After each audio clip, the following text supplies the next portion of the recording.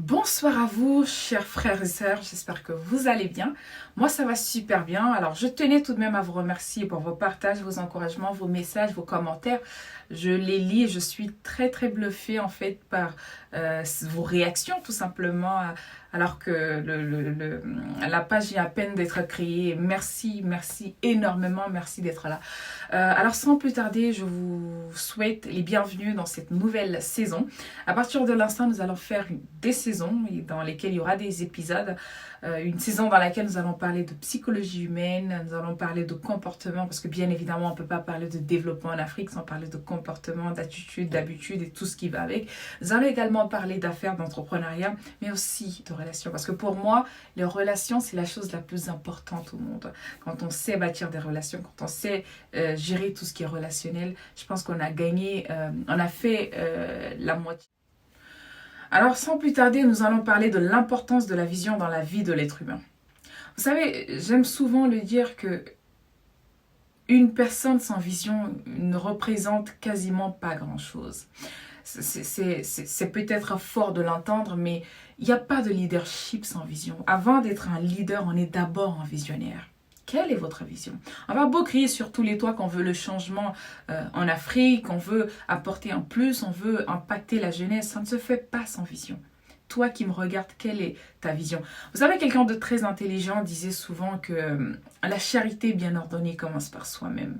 On ne peut pas prétendre vouloir le changement en Afrique sans d'abord travailler sur soi. On ne peut pas prétendre vouloir que les choses avancent sans prendre sa part de responsabilité d'abord sur soi, ensuite dupliquer cela sur les autres. Est-ce que vous faites partie de ces personnes-là qui ont de la vision, qui ont envie de faire quelque chose, mais c'est pas clair, vous êtes très confus dans votre tête. Laissez-moi vous dire que ce côté de confusion, c'est tout à fait en fait une partie du game. C'est tout à fait normal. Moi qui vous parle, j'ai été très confuse. Je partais à l'école sans savoir pourquoi j'allais à l'école. J'allais à l'école parce que mes parents me le demandaient. J'allais à l'école parce que ma mère, elle voulait absolument que je lui obtienne des diplômes, tout simplement. J'allais à l'école parce qu'il fallait que j'aille à l'école. Mais à l'école, je vais sans vous mentir, je ne me sentais pas vraiment à ma place. Pourtant, j'ai poussé les études. J'ai fait ce que je pouvais pour honorer mes parents, bien évidemment. Mais au fond de moi, je savais que ce n'était pas là où se trouvait ma place, tout simplement. Donc, quelle est ta vision? J'avais une autre vision qui n'avait absolument rien à voir. J'étais limite confuse parce que je voulais une chose et je me retrouvais dans une autre chose.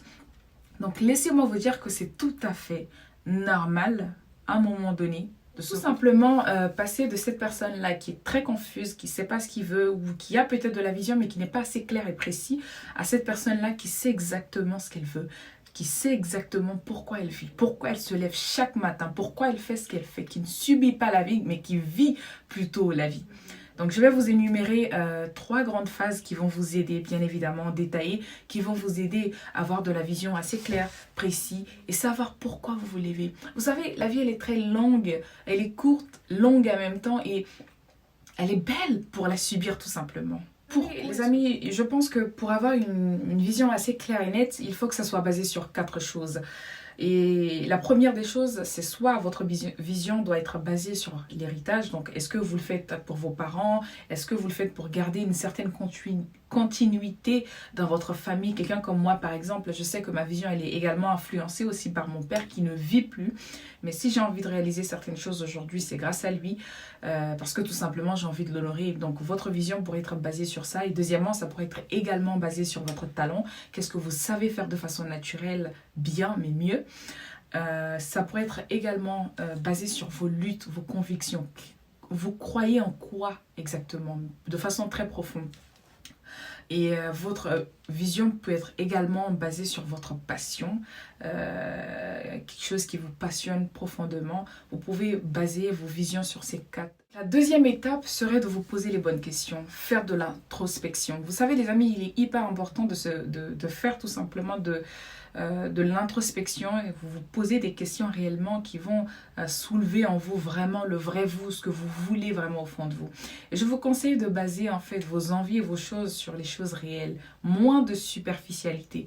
Alors vous avez le droit de marquer ce que vous voulez, mais plus on est vrai, mieux c'est en fait tout simplement. Donc soyez authentique, ne vous laissez pas influencer par ce qu'on voit sur les réseaux sociaux. allez chercher vraiment au fond de vous ce que vous voulez réellement et marquez-le en répondant à ces 3 questions. La première question, c'est qui voulez-vous être? Qu'est-ce que vous voulez devenir? Vous voyez, que voulez-vous faire? Et qu'est-ce que vous voulez avoir? Qui est aussi l'étape finale serait la fixation d'objectifs. C'est une fois que vous déterminez votre vision, que vous aurez dans cette vision, vous allez aller piocher exactement ce que vous voulez et ensuite vous fixer des objectifs en fonction de votre vision. Je sais que beaucoup de gens se perdent. Oui, je n'ai pas d'objectif, j'ai du mal à atteindre mes objectifs. Mais vous savez, on ne peut pas se fixer d'objectifs sans avoir une vision assez claire et précise. C'est impossible. Même si vous la fixez, il est quasiment impossible de vouloir l'atteindre ou de pouvoir l'atteindre. Tout simplement parce que vous n'avez pas de vision. Vous ne savez pas où vous allez. Vous savez, l'avion, par exemple, a été imaginé avant d'être créé. Il faut avoir de la vision. Il est hyper important et impératif, en fait, de se projeter dans cette quête, dans cette vision du futur vous, avant même de l'écrire. Donc, tout se passe dans la tête avant. En écrivant vos objectifs, il est aussi très, très important, chers frères et sœurs, de marquer pourquoi est-ce que vous voulez réaliser ce que vous voulez réaliser. Je pense que l'une des choses qui différencie en fait les plus grands entrepreneurs de tous les temps, les gens qui réussissent d'ailleurs, tout ce qu'ils entreprennent ou tout ce qu'ils font, tout simplement, parce que je ne définis pas forcément la réussite à l'entrepreneuriat ou à beaucoup d'argent, loin de là, mais ça sera un sujet pour un autre jour, un débat pour un autre jour. Mais j'estime tout simplement que la plupart des gens qui arrivent à tirer leur épingle du jeu ont réellement un vrai pourquoi. On ne peut pas réussir sans vraiment savoir pourquoi on fait ce qu'on fait. Donc, il est hyper important de savoir réellement pourquoi. Et le pourquoi, je vous conseille toujours de relier votre pourquoi à un aspect émotionnel. Vous savez, nous sommes des humains. Bien évidemment, il y a des personnes qui sont très rationnelles.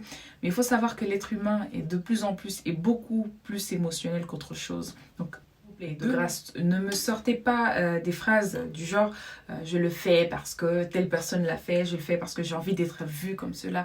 Si vous le faites, vous avez foiré déjà sur toute la ligne. Donc je vous conseille d'aller piocher au fond de vous, d'aller faire de l'introspection, d'aller regarder au plus profond de vous quand personne ne vous entend, ne vous regarde, ne vous parle. Demandez-vous réellement pourquoi vous faites ce que vous faites. Ne le faites pas parce que vous êtes en précipitation ou en manque d'argent. Demandez-vous si j'avais tout l'argent du monde, tout le respect, la gloire, tout ce qui va avec, pourquoi je ferais quand même ce que j'ai envie de faire. À partir du moment où vous arrivez à répondre à cette question, ça sera votre pourquoi. Et reliez-le toujours, comme je le dis, à un aspect émotionnel de votre. Et la deuxième question à vous poser, c'est à qui ces objectifs, mes objectifs, vont impacter, vont bénéficier, mais positivement. Vous savez, les amis, je suis quelqu'un de, si vous l'avez remarqué, je parle beaucoup plus aussi des autres. Je dis des autres. Parce que pour moi, l'homme n'est absolument rien sans les autres. Vous voyez? Donc je pense qu'avec toute, peut-être, la réussite, avec l'or, les gloires, tout ce qui va avec, on n'est absolument rien sans les autres. Donc pour moi, il est hyper important dans sa quête de réussite de penser aux autres, de penser à tendre la main aux autres, de penser à partager aux autres, de penser à impacter mais de façon très positive aux autres. Donc demandez-vous où est-ce que votre objectif va vous amener, mais qu'est-ce que ça va servir aux autres aussi. Vous savez, on les dit souvent en fait que l'homme le plus grand ou le meilleur des hommes, c'est celui qui est au service des autres. Je vous incite tous ceux qui verront cette vidéo-là, de grâce. Ne vous fixez pas de petits objectifs. Fixez-vous des objectifs de telle sorte que ça dépasse vos progénitures. N'ayez pas peur de vous fixer des objectifs. C'est la différence qui se trouve en fait entre les Européens, les Occidentaux tout simplement et les Africains. Pendant que les Africains font des plans pour les 5-10 prochaines années, c'est des gens qui visent sur les 200 ans.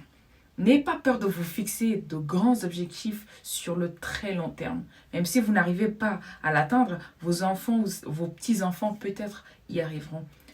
Visez haut, visez très grand, visez loin. Vous savez, il a fallu rêver grand pour créer des avions.